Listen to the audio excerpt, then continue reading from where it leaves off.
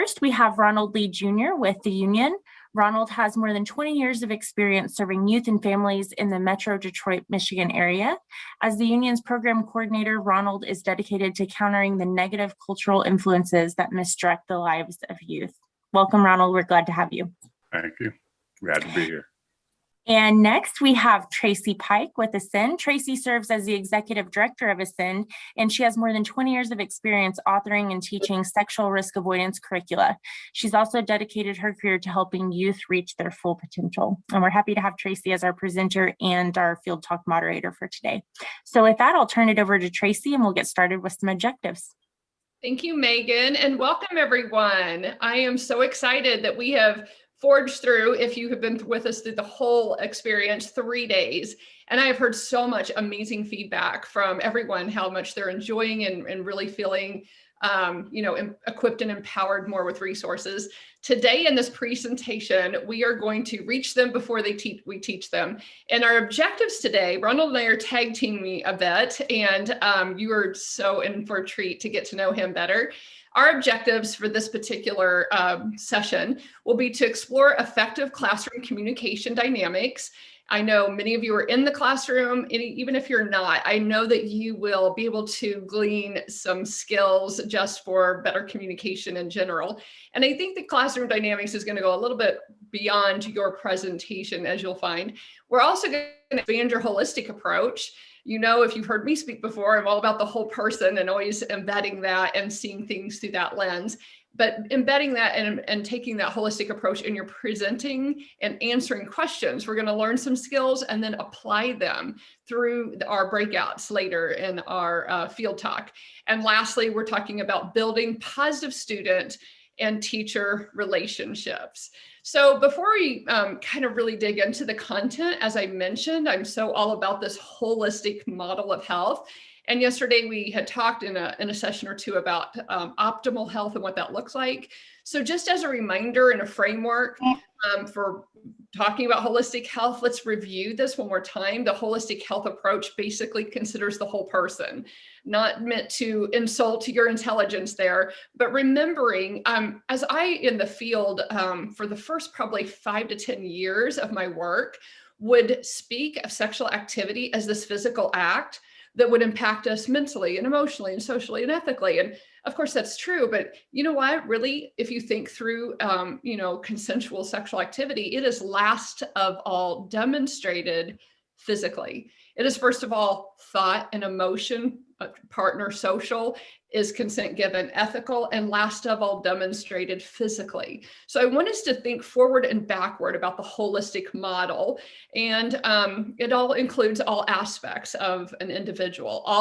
And we talked also yesterday in another presentation about these being ingredients that cannot be separated from one another and isolated, used, put back, and it not affect the entire person.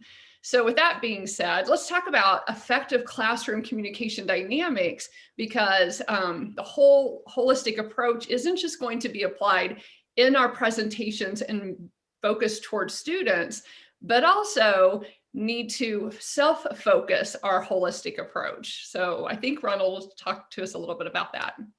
Exactly. So like you said, it begins with you, right? So you want to make sure that from a mentally standpoint, you're establishing your purpose to love and support the students, and we use our programs to do that.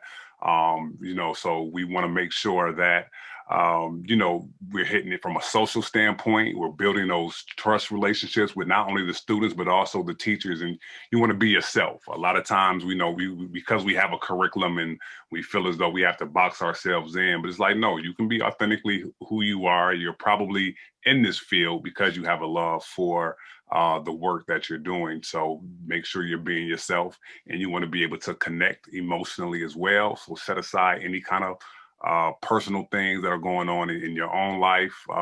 Students deserve your full and your focus and attention. It's like we leave our drama at the door, right? Because they can pick up on those things. They can sense how you're feeling, what you're going through. Young people are very empathetic, believe it or not. So you want to be very mindful of that. You also, from a physical standpoint, bring your energy. You don't want to be dry, because if you're not dry and you're not excited about the information, they're not going to be excited about the information as well. You also, and then from an ethically standpoint, you want to present facts, leave your opinions at the door, check your self-bias. And I know it's difficult. We bring our biases and everything that we do. That's just part of us being human. But you want to make sure that when we're in a classroom that you're going to kind of leave those to the side and just let me present the information and let you choose what you're going to do with the information, not trying to, force the information on them. The next, once again, you want to know your audience. Your audience includes not just the young people, right? A lot of times we thinking that, okay, the audience is the young people that are participants in the program, but no, you have other people that you're going to come in contact with. You're going to have your staff. So when you first walk into, if you're in a school, when you first walk into the building, it may be that admin staff that you come in contact with. Your site may have a site liaison that you come in contact with, the teacher whose classroom that you're in. So you're going to have all these people. So you want to make sure that you know your audience, right? And you want to make sure you know how to talk to your audience. So me being a program coordinator, the way that I interact with my site liaison is going to be different than the way that I interact with the kids. The way that I interact with my admin is going to be different, because they want to hear different things. Like, as I'm presenting the program, administrators, they want to hear objectives and goals. Students, they want to hear incentives. They want to hear how it's going to benefit them. So you definitely want to make sure that you know your audience and that you can communicate to them effectively. Also, as far as knowing your audience, you want to ask your host if there's any special needs situations. You want to be aware if there's anything, just kind of prior, like you have calendar days, you have off days, just so that so you know how to be prepared as well. You want to keep keep current on cultural trends, and I say that, I want to say tread lightly with the cultural trends, because they're always changing. So don't try to overwhelm yourself with trying to find out everything and staying hip and cool, right? You don't want to be, as my daughter calls me, it's like, Dad, you're being cringy. You don't want to be cringy because you're trying to utilize the language, but it's still, you want to know the language enough to where as you're hearing it, you can address it. So you have language like, I don't know if anybody, has children, or you like say we're working with young people, but if you heard like cap, when I first heard the word no cap, I'm thinking about a hat, right? But no cap means lying. So when they say no cap, that means they're not lying. Or they say you capping, that means you're lying, right? When you hear words like lit and drip, lit means, that's good. So that replaced, like back in my day, what was it, fresh, right? So lit is the new fresh. Drip is the new swag, right? So understanding these terms, so when you're hearing them in the classroom, it definitely will, help you along the way. But don't feel pressured to where you have to use the words yourself. Just be aware and be mindful of the way that they're communicating, because they're going to communicate with one another like that, but also communicate with you like that. And then, you want to use diverse presentation skills to address the different learning styles. Everybody learns differently, right? I know a lot of our programming is a lot of, we kind of mix it up to where you have discussion based for those who like to have conversations and dialogue. Then you have those to where you have you need visual things, young men like to be visual and physical and things like that. So you want to have differential things, and also, might want to take into account some of the other things that are going on as far as your TikToks and Fortnite. So then you can kind of bring those examples and things into the classroom as well. And I think we move to the next slide. So that's kind of this, I'm sorry. So let me go back. So using the differentiation instruction, so your visual, physical, logical, social, solitary, audible, as far as verbal as well. So just, once again, just having that whole diverse approach to where you're meeting the needs of everybody in the classroom. We know everybody's learning style is different. Like I was mentioning to Tracy the other day, like me, I feel as though I was overlooked because of my learning style, like in regards to, I'm very audible, but I'm visual as well. So normally the classroom is we're just talking, And then we're looking at handouts. But if you can have videos and things like that, that definitely will engage just the different learning styles from all the young people that are part of your sessions. And then connecting through your presentation, you want to know your material. That's very key and that's very big. Use storytelling. You can take your own personal life, make sure you don't share everything, right? So be mindful of what you're going to share. If you're going to share stories, make sure you're not sharing any kind of pertinent information or anything personal. When you're sharing about other young people, just kind of speak to the facts. Don't put names and things that and out there. And once again, make sure you have those boundaries in place to where you're not sharing too much information, but you want to practice your words, practice with your equipment. Like right before our session, we were practicing making sure that the PowerPoint was working, making sure the audio was clear. So if you're having these things in your presentations, make sure that you're doing the same thing.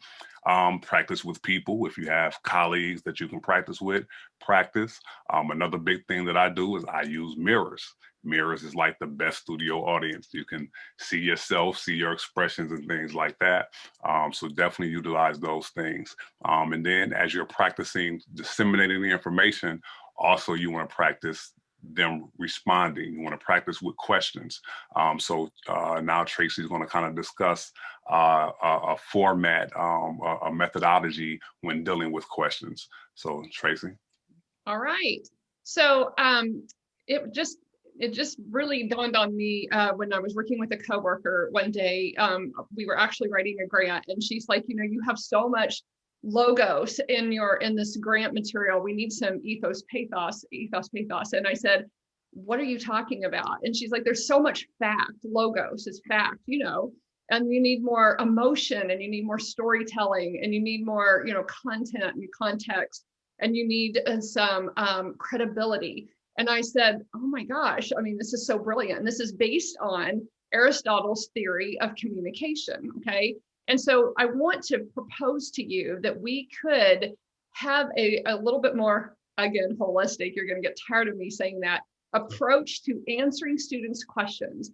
If we could review and understand Aristotle's rhetorical theory of communication and use it to respond to student questions. So let me give you an example, and let's review it one more time. So logos is your logical appeal. And according to Aristotle, a complete theory of communication would entail all three. So you can't just barf information on your audience, and factual information. No one's going to not go participate in a high-risk behavior because, 1 in 3, most young people think that this won't be them anyway, right? I mean, I think most adults think, oh, well, that won't happen to me. So fact alone will not change behavior, right? And then pathos is your emotional appeal used to persuade, or storytelling. This is where storytelling, I've kind of added that, is how you can evoke emotion through storytelling. And then ethos is your ethical appeal. That's where the word ethos came from. Or ethical came from, is the root word ethos. So it is the appeal used to build credibility. It's like your what qualifies you to even speak to a student in the first place, because most of us are not teenagers, right, anymore. So when responding to student questions, this is the proposal, okay? So what if we have a student that is pushing back on, we could identify what is the question, what is the question about, and whether it's pushback or just a legitimate, authentic question, right? So identify what the question is rooted on, and then of course you want to respond back. But like if somebody says like, oh, well, I don't believe, well, for example, a young student, this truly happened to me, walked into the classroom one day, I'm literally setting up my equipment, and she's like, so you here to hand out condoms, are you? And that's a question. So I could have said, no. And that's a complete answer, right? But that's not a very, Aristotle theory of communication. It's not very effective. So I could just answer back with a fact, with logos, no, I'm not, or I could respond something like, hey, because you are so valuable and condoms are not 100% effective, even if used correctly and efficiently every single time, I'm here to provide you with 100% effective form of birth control. we're going to be talking about that today. You know, I mean, that is so much more complete answer than going, are you handing out condoms? And I go, nope. Right. And it's because I care so much. And I want to identify the area of the question. And you guys, this isn't just for classroom.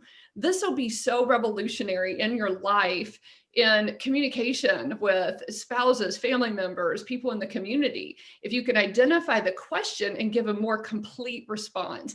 And don't get too wigged out here. We're going to practice this, okay? In our breakout rooms later, we're going to give you 3 different logos, pathos, ethos question, and we'll literally tell you this is clearly pushback on, you know, ethos, and you are going to come up with a pathos logos response.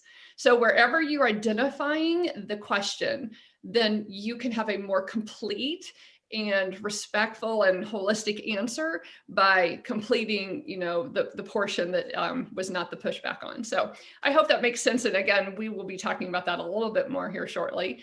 But I want to make sure you understand too, employing social emotional learning strategies is kind of the way we use the ethos, logos, pathos scenario. So like, it's just not giving the tit for tat answer. Like, you know, hey, you're going to hand out condoms? No, I'm not, you know, I mean, it is a focus on your self-awareness of how harsh that answer would be. It is a self-management response. It's going to have you digging deeper. And sometimes secondary questions are your best friend. Don't be flip with your response. Think back. So what makes you think that I'm going to be handing out condoms? It gives you a second to think about it, right? Delve deeper into their question and help you have a little time to identify ethos, like logos, pathos. So it's a focus on your self-awareness, this emotional learning strategy. Some of you may have been in on that session yesterday. There was a session, I think it was track 2, about social emotional learning strategies. But basically the foundations are that you want to be self-aware. So Ronald mentioned, you know, you need to kind of box your own drama and set it aside, because those kids deserve your full attention and your full energy. And so you kind of have to, you know, you might be going through some stuff, right? We all are going through some stuff, but the kids deserve your best, and they deserve, you know, you unfiltered. It's also why you want to be self-aware enough to know how long your duration will be strong. Like, I'm only good for about 4 presentations, quite honestly, in a classroom. If they're 45, 50 minutes, like after about 4 or 5 hours, because you guys, I am such a like demonstrative speaker with my hands. I know I'm at my limit when my arms are tired, because I'm like, so like talking with my hands. But after about 4, you know, classroom sessions in a row with no breaks, I'm not giving my students the best. Mm-hmm. So it's focus on self-awareness and self-management, but then you got to think outward, right? You got to focus on your social awareness through empathy and understanding. And some of the most difficult students, honestly, in the classroom are the ones that are just, I mean, I really appreciate when they identify themselves, like, you know, they're difficult to me, because I can focus like, and that is who I'm here to win. You know, that is who I want to really speak to, because they're kind of letting you know that they need the most attention because they're struggling the most, you know, mentally and emotionally. And then also employ your social management skills by dealing effectively with conflict and misunderstanding. And that's what the ethos, logos, pathos, model would help us do, is just to deal more effectively with any kind of misunderstanding as well. So let's talk about for a second, going back to in the classroom, building the positive teacher and student relationships and what that looks like so that we can reach them before we even teach them. Right. So like the presentation, like the whole goal is trying to reach them even before we get in front of them, even before we start to disseminate the information.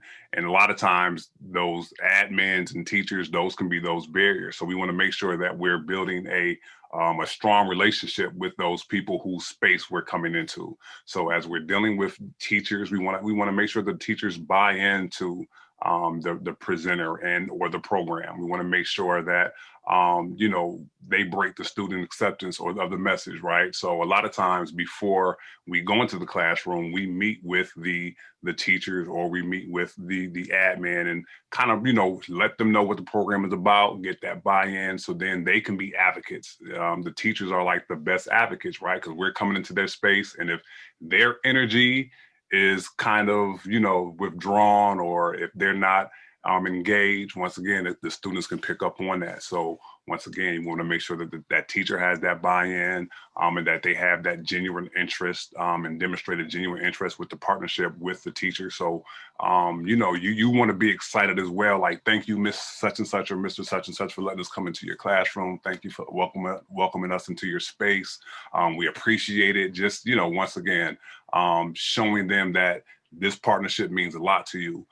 You want to convey the host expectations clearly to ensure a successful presentation. So as you've met prior to and they've let you know what they expect, right, you want to make sure that you're meeting those expectations, because once again, once you meet those expectations, they're going to want you back. They're going to speak highly of you. You're going to have, just going to be looked at, with esteem in their sight when they like, yo, Mr. Ron, the way he presented, Mr. Ron, the way he came into my classroom and respected my classroom, I like that. And then they're going to want you back.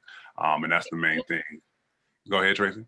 I was just going to say, I think some of us who, we go into this classroom and many of us don't even charge for the programs we're presenting. And there's just like this, I don't know, logical summary in our mind that we should be appreciated. Like, oh, thank you for coming. But if you could reverse those roles with the thanking them for having you, teachers are giving up a decent amount of their curriculum time, right, to give to you. And so, giving them a token of appreciation, even if it's just noticing the small things, like they're drinking a Diet Dr. Pepper, and when you go on a break or something, saying, hey, I'm going to grab something, you want a Diet Dr. Pepper?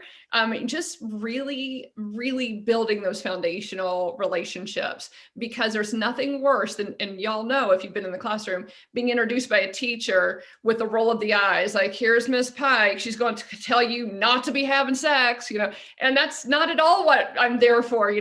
I'm there to teach them how to have great intimacy, and when and where people do have great intimacy. So there's nothing worse than having to recover from a bad introduction. And that's why I think that teacher buy-in to the program is so foundational. And then there's just that demonstration of genuine interest in building relationships with them is so important.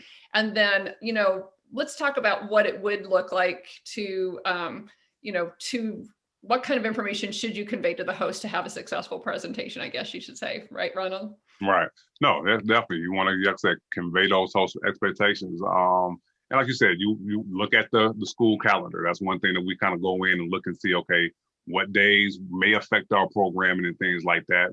Field trip, picture days. You want to make sure that your time is not interrupted, because it's one thing if you're preparing, right, and then you go to the school and it's not a session today, that's going to have an effect on you, right? So the better you can be prepared, because you already know ahead of time, it's just going to make everything run smooth for you and even the kids as well. Because once again, the kids will pick up on that energy as well. You want to make sure that you're remaining present while you're in the classroom at all times as the authority, right? The kids, once again, as we talk about the logos and pathos and all those things, they're going to ask you questions in a way, but listen, you are the authority. You're the one that has the information. So you want to just make sure that you remain that. And don't allow for, those things to kind of suck the wind out of you and suck the wind out of your presentation. Prep the room if you can, so a lot of times, I know we have visuals, so we're going to room ahead of time and post posters and things like that. So you want to make sure that stuff is done prior to programming. You don't want to kind of, do it as you're going along, because that interrupts things. And then you want to share the protocol regarding reporting incidents and policies and things like that. I know for our staff, we have a incident report. If anything comes up, they submit that to me, but also the school has protocols as well. So find out what are those protocols for the school, so that you're making sure that you're adhering to, once again, their procedures as well. Your whole goal is you want to make things as easy as possible for everybody involved, right? The teachers, the admin, the school, and the students. And these things kind of help you do that. And when I've walked away from a presentation and I'm frustrated by something about it, I think it's our job as a presenter to own that. Like, what could I have done better to protect that? Like, we're all this, we're all the desk all sitting in like groups where the kids are facing each other and they really need to be just, facing forward. Or is there a white wall for you to project on? And I might be borrowing from the next slide actually, but I just want to make sure it would be helpful of us to express those expectations to the teacher prior to our arrival, that they too should remain in the classroom at all times as the authority, that, as much prep as they could make for us, if we're not bringing something with us that's an expectation that would be there, like a projector, let's say, we want to be as specific as possible for them so that there isn't disappointment or frustration on either end. Because if we're disappointed, we want to be as easy enough to work with as possible, right? So here's a few more, for example. Like you said, you want to make sure that you're conveying those expectations. So if you need a empty AV cart, see if that's available, or a table, any equipment that you're going to need that you're not providing for yourself, that you're having them provide, you want to make sure that you clear. So send an email. Make sure you send an email prior to. A good rule of thumb is at least maybe a week in advance. Sometimes that's not possible depending on how your programs run, but you want to give them as much time as possible just to kind of prepare those things for you, so that when you come into the space, you already have it. If you need, like Tracy said, if you need to use their whiteboard, or if you need to use their smart boards or any things like that, because once again, you're coming into their space and their classroom time, and you're interrupting their time. So they may have the whiteboard already planned for their lesson, but if you can let them know prior to, well, hey, this lesson I'm going to need the whiteboard. Is it possible I can have a portion of that board? Or this time I'm going to need to use your smart board. Is that a possibility? And things like that. So having those conversations via email prior to you coming into the space definitely will assist you and equip and prepare so that you have a smooth session. And then, yeah, we said, be specific about the lumen and the brightness of your projector. So, and that plays a big part, right? Because if you have a projector where the lumens is lower or higher, and you have it in a bright space or dark space, sometimes you're not going to be able to see your slides or your information. So once again, these things that you think are somewhat common sense, sometimes we don't think about, and not having it in place definitely can affect you and affect the presentation. And you, like I said, you don't want the kids walking away with a bad experience, and you don't want the teacher or the host walking away with a bad experience, like, oh, they didn't have it together. So you definitely want to make sure that you're doing these things prior to you even going into the classroom. And this isn't meant to be shared as any type of like, logic, like we know this, right? But sometimes, I mean, I can't tell you how many years I went into presentations without expressing prior in an email these expectations, and then just assuming, since I've been there 2 and 3 times, they would know this by now, and being constantly frustrated. So I guess the caveat is, hey, if we would express this in an email prior, to kind of just remind them, check your calendar. Hey, don't forget, please be present at all times. And, I'm going to need, not that we're trying to be a diva here, like I need green M&Ms, right? We're not making demands. We're saying for the most successful presentation, here would be some guidelines, and they're not demands or expectations. But again, I went for years into the classroom without expressing these expectations, assuming they would eventually pick up on them, and being constantly frustrated. And then just doing one simple remedy of the emailing, reaching them before you're teaching them with as much success as possible, just really laid the foundation of not having to deal with all this chaos when I'm trying to get ready to then pour out to students as well. So that's kind of the purpose of this. And I know you know a lot of this, some of you, most of you probably do, but it's just nice to really be directed to share this information with the host. So. And I want to jump off script for 1 second, Tracy. I know we didn't prepare this at all, but you just mentioned how you were doing that for years, where you had these expectations that weren't being met and you became frustrated. Did you take that frustration unknowingly into the classroom, and how do you think that affected the young people that you were dealing with? Possibly, right? When I walk in and I'm trying to plug in stuff, I have students asking me, are you here to hand out condoms? And the teacher didn't have a whiteboard like I asked her to, you know, I mean, can you imagine how that's going to taint and filter your entire presentation because you're flustered? I mean, minimally, it's going to take like the first 5 or 10 minutes for you to get in your flow, right? Instead of you hitting the ground running because things were set up for you successfully. Yeah. Yeah, like you said, listen, it's the small things that we do or don't do that can affect the bigger things. So while you look at they may be small things and you think they may be common sense, it's like, no, these things they're easy to forget because they're so small and they can affect you in a big way. So thank you. So next is, you want to make sure that you're being culturally competent, you know what I'm saying? And that's the ability to understand and communicate with people across cultures, right? So we want to be able to understand that there's different perspectives than our own. I use the example when I used to work in a youth prison, right? I went in there and I had all these high expectations and things like that. And once again, I'm not saying lower your expectations, but I had to realize that their upbringing and they were raised differently than I. So what I deemed as respect, they didn't understand. And what they understood as respect, they were respecting me. They were like, "What do you mean, Mr. Ron? We respect you. What do you mean?" But I had to communicate to them, like, I had to understand that once again, how they were raised were different than how I was raised. So, we use that time to be able to communicate and whatnot. I became aware of their culture. I became aware of what was respect to them, and then they became aware with respect to me, and we were able to, bridge that gap. And, the conflict that was once there was gone because once again, I was able to understand them. And you want to, like I said, respect their diversity, respect that every student is different. It's not a monolith in a student, right? Everybody's different and bring different experiences, whether it's culturally, experiential to the table. But once again, you still want to express the high expectation for all, like this is the standard for everybody. This is what we're aiming for. But once again, just knowing that there's going to be differences. You want to develop the skills to convey those key components without compromising the message. We never want to compromise the message and what we're doing with the SRA message, okay? And I had a facilitator years ago, once again, who didn't really grasp and understand this, and where she lost her classroom. And it wasn't just 1 or 2 students, it was like almost the whole class.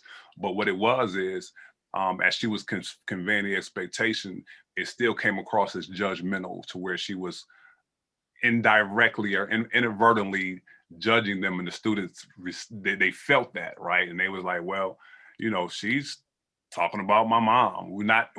She wasn't directly talking about her mom, but just the way that she was presenting the information. Like, again, we talked about those biases earlier in the presentation.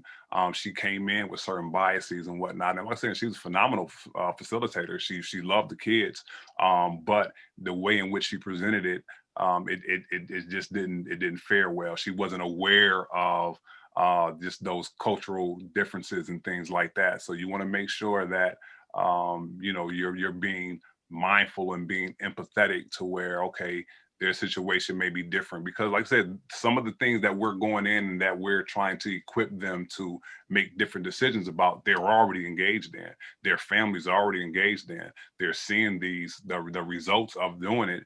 And once again, they're feeling a certain kind of way as we're presenting information. So we just want to present it in a way to where, okay, listen, I'm not saying that you're right or wrong for whatever you're doing. I'm presenting you with the information, and it's up to you to make what you feel as though is the best decision for your life. So being able to take that approach with it, that once again helps you with that diversity and things like that, to where, okay, you take it and use it how you use it, but you're not going in, with a preconceived notion or, biases and things like that. And Ronald, I think, what is really helpful with that, and this is so uncomfortable, and I hate keep repeating this again if you've heard me say this before, but it's just a huge drum I beat about being observed. Mm-hmm. I like to tell the story. I had someone observe me one day, and we came out of day one, the first thing you want to know, we get in the car and I'm like, how did that go? What did you think? And she said, why do you call, I was working for a nonprofit in Indiana at the time, and it was a pregnancy resource center. And she said, why do you call the clients at our pregnancy resource center these people? I said, I don't even think of our clients as these people. I don't say that. And she said, yeah, you did. You literally said, these people need our services. And I said, in efforts not to be seen as, what do you want me to say? Those of us who are sexually active. I mean, I wouldn't put myself in that, it is an unprofessional to be seen in a sexually active position yourself as a presenter. So, saying like those who are sexually active would need our services. So I was saying these people need our services in efforts not to be seen as a sexually active person among them. And I was doing it in my own good conscience, but not realizing that terminology was, I lost the class on day one. And didn't realize it because I didn't even mean these people, but that is literally what I said. So when you are being observed, it really helps you see, in observing others, like it's so helpful in the field that when we observe one another, we make each other better, and just aware of verbiage that is being misconstrued, and compromising the message. Because when you lose the class, it's really hard to regain that respect and control, right? Definitely. So. Yeah. And be mindful, right? You don't have to walk on eggshells. We're not saying that we want you walking on eggshells, because then that puts you in a box. That puts you to where you feel confined. No, we still want you to be who you are authentically.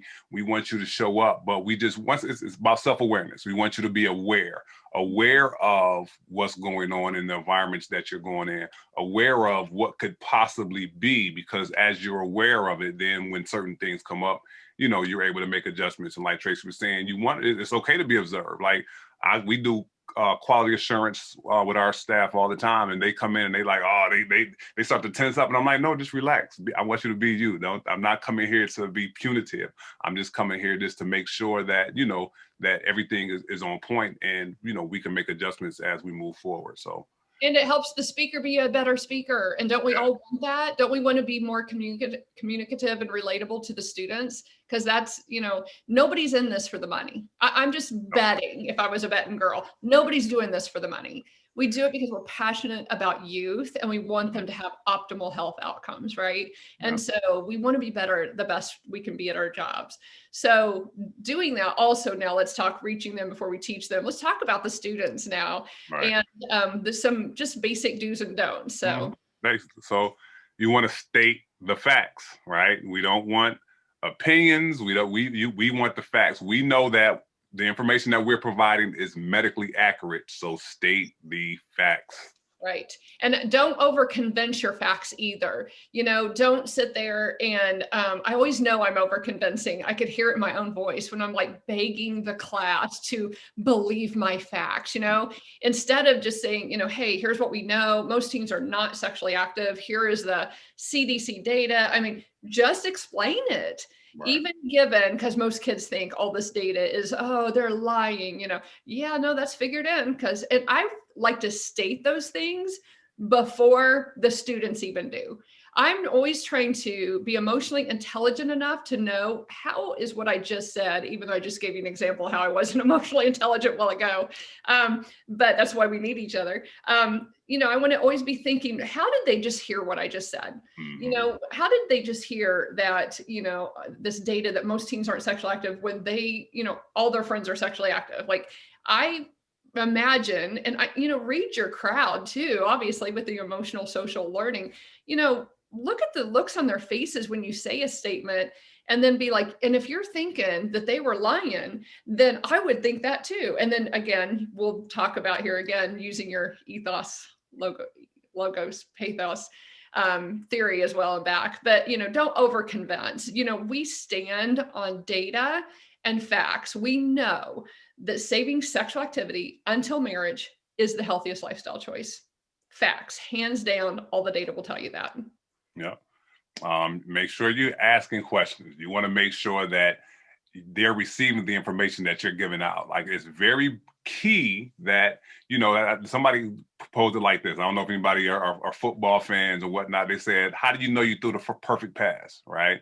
And they were saying, well, it's a tight spiral and all this thing. It's like, no, wrong answer. How do you know you threw this perfect pass is if the receiver catches it. So you want to make sure that they are receiving the information. So ask them questions to see if they are retaining the information that you're sharing. You want to make sure that they're clear on what you're saying. And so as they're going to ask you questions, it's okay to ask them questions as well. And I think that really helps clarify too, did you understand the question correctly? And it helps them connect the dots. Right.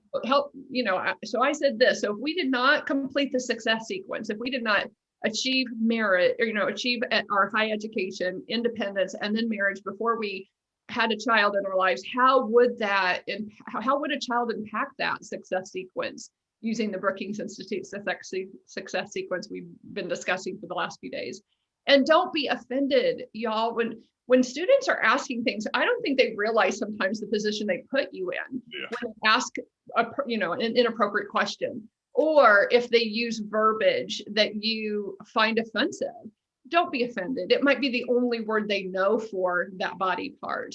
And always reframe that language. I believe you're asking me about the medically accurate, language. And don't ever act offended, because then half of them are trying to get you there, right?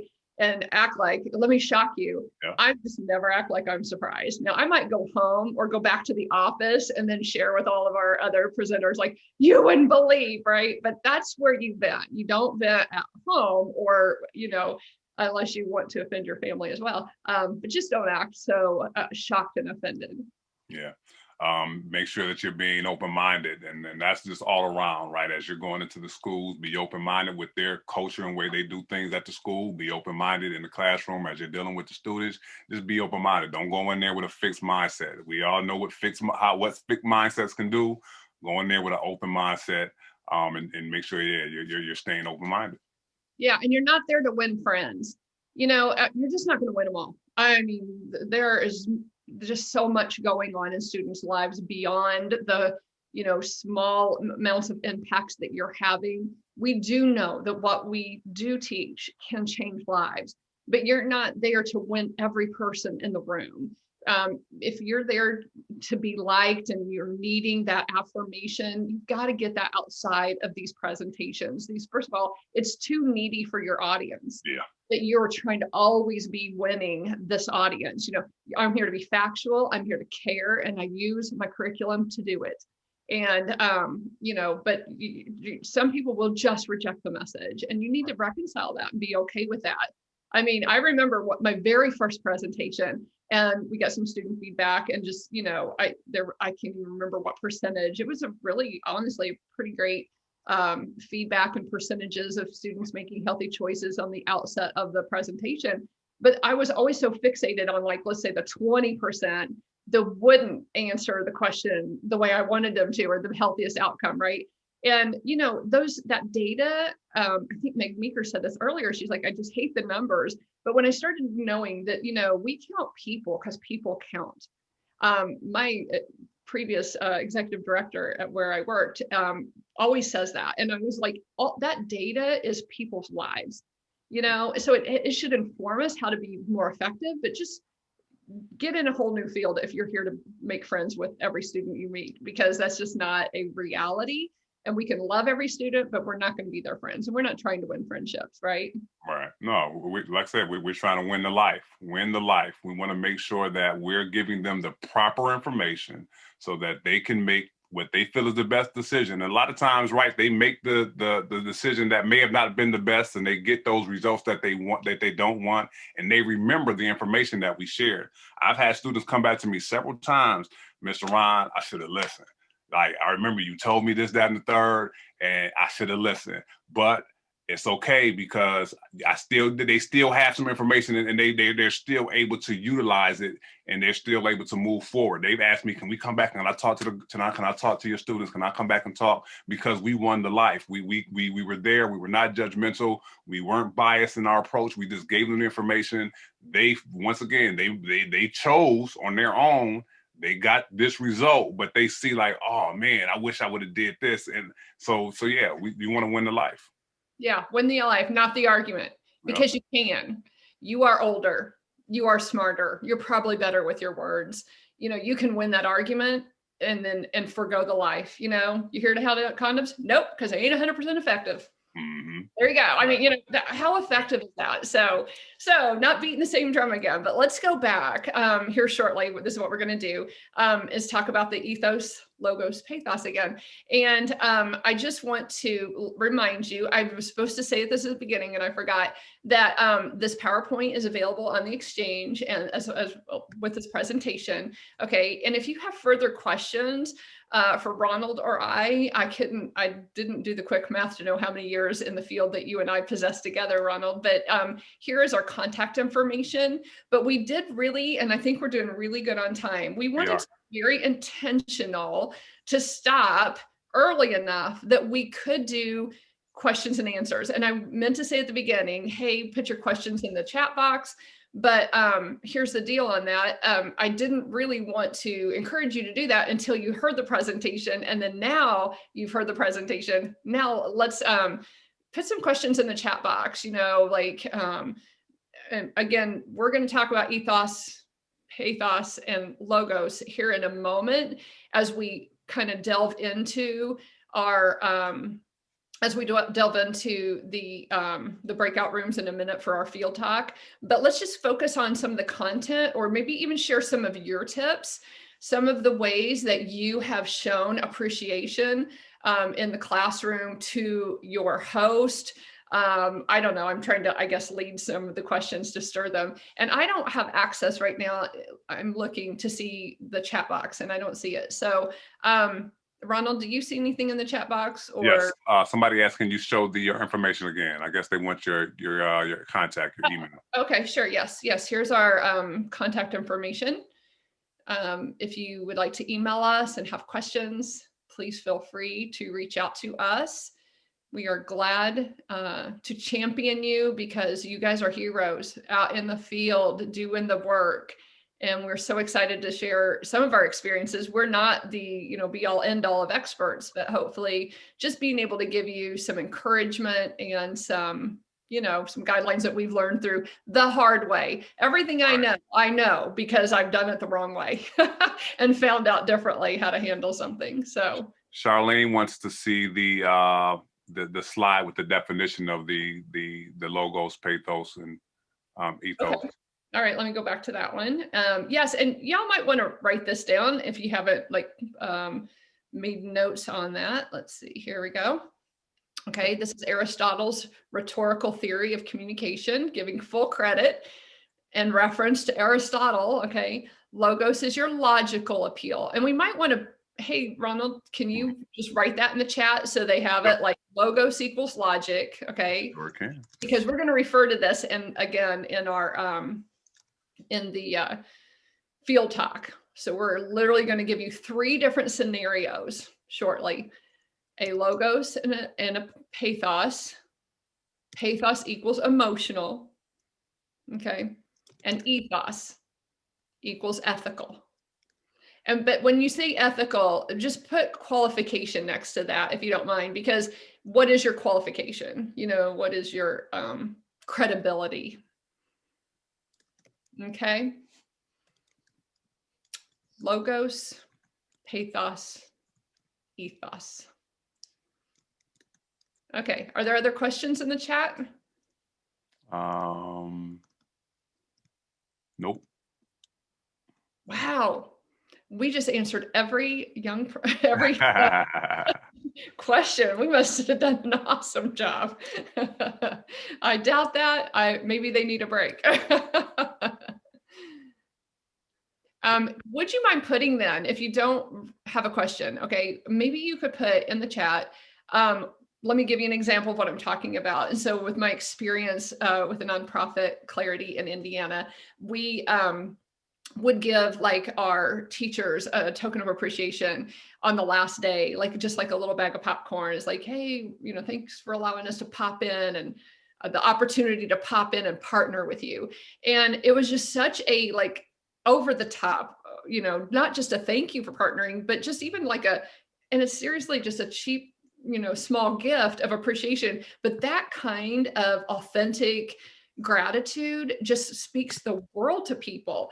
And so maybe you could write in the chat some of the things that you have done to show appreciation and for the host of your, or maybe you could share in the chat too some experiences you've had on conveying expectations to the host for a successful presentation as well. Angelique, I put it in the chat. You asked for the definitions. You should see it. I tried to make them all one, but it broke it up. So you see the logos above and then the pathos and ethos below. And then we provided instructors with gift cards. Somebody said gift cards. Yes, we've done that as well. We have notepads, pens. We share with teachers, office staff. So that's another one too, right? That will help you as far as branding your program. If you have branded items, right, whether it's T-shirts, whether they're bags, that's going to help you, further push the information for the program. And the teachers feel valued. Oh, you gave me, like we have a program called swag. So they give them a swag shirt. So you gave me the swag shirt, and they wear it, which helps promote the program, and it helps to keep that rapport strong as well. So no, those are some good things to do. I help out by joining their advisory boards. Yes, that's smart. Help them with certification, fundraising for their youth. Yes, great. Those are great. And don't forget, also, there's something, I think it was one of the slides and I was going to interrupt, but I hated to, but don't forget that you represent this curriculum, this character curriculum. You must conduct yourself like that in public at all times. You are not afforded the luxury of going to the local high school football game and, acting out of control. I'm not saying you're going to be perfect people, but, remember to always represent yourself with the character of which you are teaching. Respect, self-respect, boundary setting, balance of your emotions, self-regulation. We must demonstrate that at all times, because how many of y'all have been out there in the field and saw, I was at Subway and the lady's like, aren't you the sex lady? And yeah, my mom was thrilled about that. But no, mother, I'm not a prostitute. So, people recognize you and you must conduct yourself with the character of which you teach. So are there others, Ronald? I can't see the chat. Sorry. Yes. We've also had instructors partner with us in our program to support their lessons as they assist with our curriculum. Awesome. I have handwritten thank you cards. The teacher attached them to gift bags. It is dropped off with the students' folders before our presentation. We give the host teachers a gift bag with pens, thumb drives, small gift for local restaurant. Awesome. We include thank you notes, stamps, self-addressed. No, those are great. Those are some great things. Like you said, that it just builds that rapport. I mean, you guys already know. We would love to hear more examples of how you handled those tough questions in the classroom. So you want to take that? You want me to tackle that one? Somebody said they would love to hear more examples of how we handle tough questions in the classroom.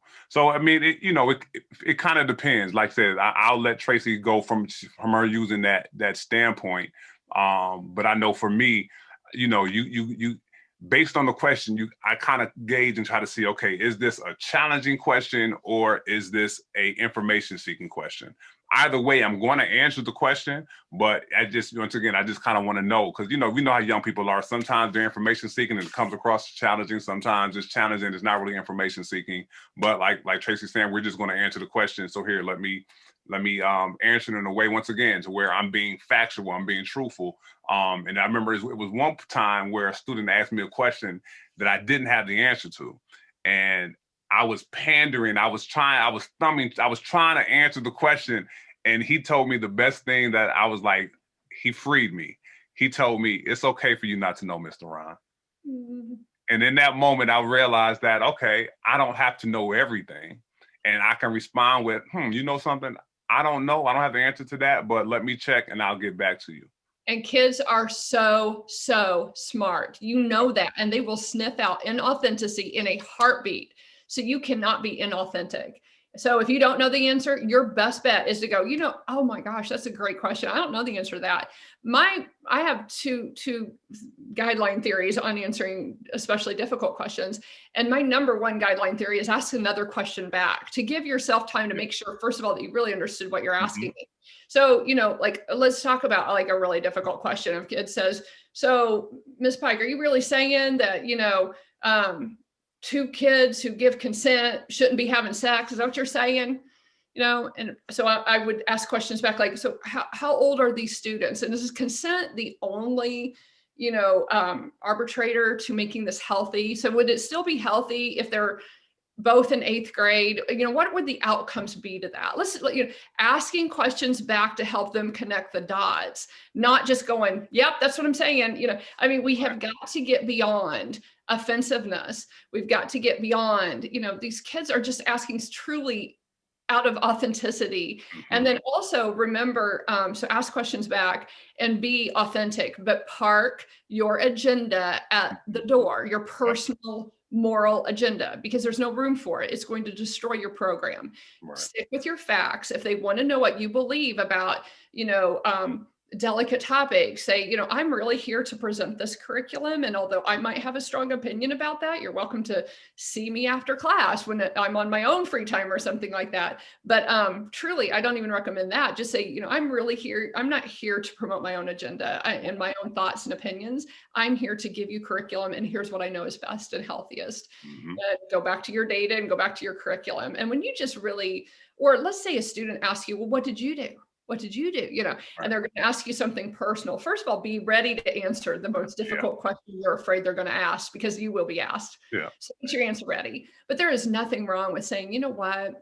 I made some choices that I'm not real proud of, but you don't dump your dirt in front of them. Just be, I made some choices, and you can use your personal story, but I'm saying you don't have to share personal information, that it doesn't disqualify you. I think the most powerful presenter I know on this topic speaks from a place of pain. Right. And that pain is what conveys her to want to go into the classroom in the first place and share, information, and that brings that passion. So again, we'll practice the ethos, pathos, and logos in just a minute, so that you have a chance to do that. But I would just preface by saying, difficult questions always answer unoffendedly. Sometimes students don't realize they're putting you in a bad position to say, and then park again your personal agenda or opinions at the door. Yeah. Elizabeth has a question in regards to the teen language with the slang. Urban Dictionary is one. Also, just I have relationships with young people, so I kind of talk to them and just interact. So they kind of assist me in being up to date with some of the language. And once again, I don't encourage you to necessarily use the language, because then they're going to think that you're cringy, which is one of their words.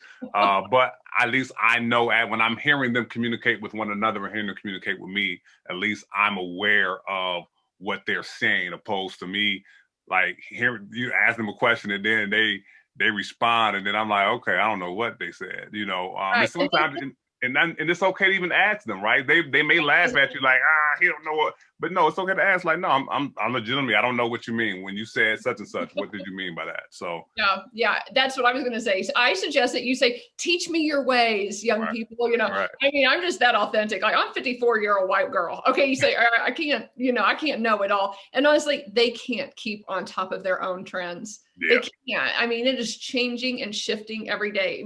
We used to have a couple pop cultural, icons. It is not like that anymore. You got YouTube sensations, TikTok sensations, and it's changing every day. So to stay on top of it is difficult. So just ask them, and that helps them, again, connect the dots. Like, show me, which pop culture icon is, who does have a healthy relationship, and what does that look like? Why would you say that? Who does? Who you think Justin and his wife have tell me about that. Really have them teach you. Don't be inauthentic. And you can't, I love to tell this story. One of our presenters came in one day and said, you know what they're calling sex these days? You know what they call sex? And we're like, why? And she's like, Netflix and chill. Okay. And we're like, I'm like, oh, okay. So I can't go into a classroom and be all like, and they were all just like Netflix and chilling, because that sounds ridiculous coming out of my mouth. Right. But when I slipped it into a presentation, hey, he got her back at his house and they thought they might watch a little Netflix and chill, and the whole class burst out laughing because they think, oh my gosh, she knows. Right. She knows what that means. So let the teens and the youth in the class, and you're having so much fun with them. It is really hard for them to not enjoy the presentation. And that really helps them open their mind to receive the information when they see how much you care and how much fun you're having in your presentations. This probably be the last one that we have, and this is a big one. We hear this all the time, so I can either let you take the lead or I can take it. But this is from Gray. He says, "What about these tough questions? Is same gender love a healthy love? And then define marriage." So you want me to take those, or you want to? Sure, give it a shot. So when it comes to is same gender love a healthy love, right? Like you said, it's when we talk about the medically accurate, right? We know that regardless if you're choosing the opposite sex, the same sex, we know that you're still at risk. And once again, when we talk about at risk, we know that there's physical risk, but then there's also the emotional risk. There's, the mental risk. So is it healthy as a young person? Right. Yeah, go back to the facts. We're not here for our personal agenda. Here's what we know to be true. Yeah. Exactly. State the facts and then define marriage. So once again, I know we say marriage, but at the end of the day, a long-term monogamous relationship. So some people, you're right, within those cultures, marriage is not what they're striving for, right? So, for some people, marriage, that might not be the definition that you use. You say long-term monogamous relationship like marriage, or, as in, i.e. marriage. So. And I'm going to say, go back to your curriculum, what your curriculum expectations are, because those could vary, and we are not to endorse a particular curriculum. So, but always sticking with your facts. Like, here's what I know. Here's what I know. Long-term, mutually monogamous, committed relationship, also known as marriage in our society, with that buy-in. So always go back to what your curriculum's definitions, because you got to be true. You got to be true to what you are expected to deliver, and you need to be consistent. So, okay, for the sake of time, sorry, we want to kind of move through and move into a transition into a time of field talk. So I'm going to give you 3 questions here and talk you through them for just a moment with the instructions and an opportunity to, within your breakout room, kind of develop an answer, a holistic, based on Aristotle's theory of communication answer to these 3 questions, okay? So, applying Aristotle's theory of communication, develop a response. This is our assignment, and it will be also, I think Megan will put this in the notes section or the chat section or whatever of your room, okay? And your rooms are assigned numbers. I don't know if you've seen that. And so, and at the end, I want you to identify a spokesperson, because we're going to break out for like 20, 25 minutes, come back for about 20, 25 minutes and share and kind of just walk through our responses, because we're all going to have different and varying responses, right? But question number 1 is, what if a student says something like this? How can I believe your data about teen sex when most of my friends are sexually active? So they are pushing back on your data. Okay, so that's Logos. Logos is your fact. You just shared with them that the CDC's most recent youth risk behavior survey indicates most teens are in fact not sexually active. And so there's your Logos. They're pushing back on your data. All my friends are sexually active. Respond to that with a more complete, you're going to look into your ethos, pathos there, right? What's your credibility? How do you know this? And what kind of emotion could you evoke in your answer to have a more complete response? Second question, we're going to do one for each of these. Who are you to tell me that waiting for sex is best? You don't know me, right? That's an ethos. That's like, hey, who are you? What credibility do you have? What'd you do, right? One of those questions. So you're going to have to marry some data and some emotion, because they're pushing back on your credibility. Okay, C, this is emotionally charged, pathos charged question. Well, my mom had me when I was, when she was a teenager. So what's the big deal, right? That's a very emotional question for that child, or a student to, how are you going to answer back to that, right? You're going to use some data and you're going to use some credibility as to why, right? Okay, so those are our 3 proposed student questions. And you get to do this in a group, you guys. You're not trying to put one person on the spot. So we've identified out what the pushback is. And so you're going to create a more complete response in the breakout room with the missing elements of Aristotle's theory of communication. So Megan, are you prepared then to send people to breakout rooms? Yes, just as a reminder, turn on your cameras, unmute yourself when you get into this breakout room. We are going to be in those rooms for about 25 minutes, and I will, if you should see the questions there on your screen and also in the chat, I'll give you about 15 seconds here if you have your phone and want to take a photo. That's a quick way that you can have those and save those questions. And then as Tracy mentioned, I'll also be broadcasting them, but when they get broadcast to the groups, they'll only appear for about 10-15 seconds, just long enough for you to read them, and then they disappear, and I can't keep them on the screen, so just be cognizant of that. You guys really participate, please, because this is the power of really practicing it, is the participation. Okay, and with that, we will open the breakout rooms, and we'll see you guys in about 25 minutes.